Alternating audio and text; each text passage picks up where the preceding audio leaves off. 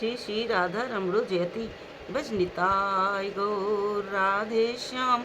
जब हरे राम चरित सुधा श्री श्रीमद राधा रमण चरणदास देव बाबा जी महाशय बड़े बाबा का जीवन चरित्र।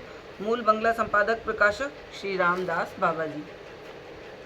आगरपाड़ा के बगीचे में बाबा जी महाशय के कलकत्ते आने की खबर पाकर बहुत से भक्त उनके दर्शन करने आने लगे। एक दिन श्री धामपुरी से श्री युक्त जगदीश बाबू आए। उन्हें कुछ उन्माद सा हो रहा था। वे एक दिन आविक करते समय श्री राधा गोविंद का चरण छापा लेकर गोपी चंदन से अपने पैर के ऊपर नूपुर के आकार की छाप देने लगे। बाबा जी महाशय बोले, देखो जगदीश बाबू, तुम्हारा ये काम ठीक नहीं, इससे अपराध होता है। जगदीश बाबू जोर से बोले, मैं तो कुछ भी नहीं कर रहा हूँ, ये सब तुम ही तो करा रहे हो। अपराध होगा तो तुम्हें होगा, मेरा क्या। ये सुनकर बाबा जी महाशय चुप रहे। 3-4 दिन बाद एक दिन जगदीश बाबू पूर्वत आविक के उद्देश्य से छापा, तिलक इत्यादि निकाल कर हाथ पर रज घिस रहे थे। उसी समय एक कौवा आया और उनका चरण छापा ले गया। सब लोग ये देखकर अवाक रह गए।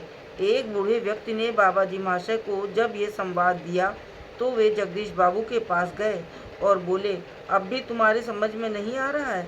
जिसका छापा था उसी का काम है, नहीं तो क्या इतना बड़ा छापा कौवा ले जा सकता था? एक तो चरण छापा और उसमें भी उनका नाम और नामी अभिन्न है।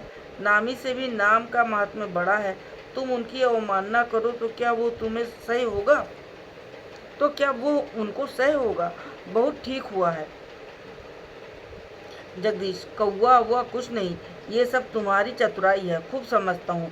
मैं नास्तिक था, आस्तिक बनाया, घोर अविश्वासी था, विश्वासी बनाया, विधिबद्ध होकर निष्ठा से भक्ति का याजन करता था, रागानुगा भक्ति समझाकर स्वेच्छाचारी बनाया, गृहस्थ था, उदासीन कर पागल बनाया। अब और तुम्हारे मन में क्या है तुम जानो। बाबा जी, अच्छा, एक जीव के प्रति यदि तुम्हारा इतना विश्वास है तो परोक्षानुभूति द्वारा उनके प्रत्यक्ष आदेश का उल्लंघन क्यों करते हो? प्रत्यक्ष के रहते अनुमान करना उचित नहीं। तब जगदीश बाबू बहुत व्याकुल भाव से उनके चरण पकड़कर रोते रोते बोले, तुम्हारी जो इच्छा हो करो, मैं और क्या कर सकता हूँ। जय जय श्री राधे, जय हो बड़े बाबा की।